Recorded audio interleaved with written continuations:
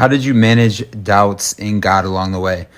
For me, when starting this brand, it really wasn't a doubt in Christ. It was more a doubt in myself whether we could do it and bring it to life. Really, this brand kind of grew so fast that it got kind of overwhelming.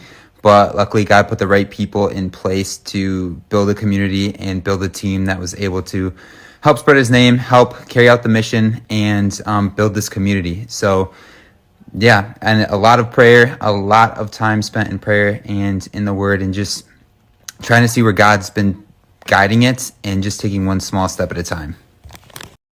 How did you discover that this is what God called you to do? The process looked very different for each one of us. For me, it was over COVID, and it actually was an idea that I wasn't necessarily going to pursue if COVID didn't happen.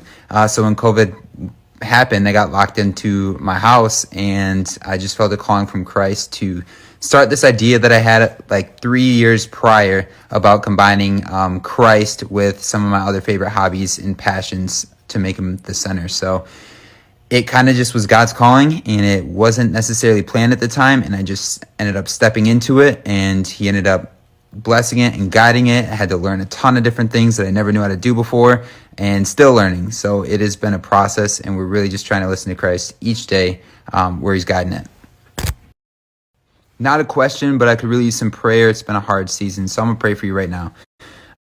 What is your favorite thing about operating Whole Strength? So for us, that's different from a lot of different clothing brands, is our community. You guys, we have a Discord with like almost 4,000 people, a Snapchat group, and we're in constant live streams and Bible studies with our community. So that is by far my favorite part. Also seeing people out and about in random cities wearing the clothing and saying they've seen our brand and it's helped them. So the DMs that you guys send actually about how our message has helped you in a season of depression or loneliness is truly the best part about doing this brand. And I don't think that any of us would have continued doing it if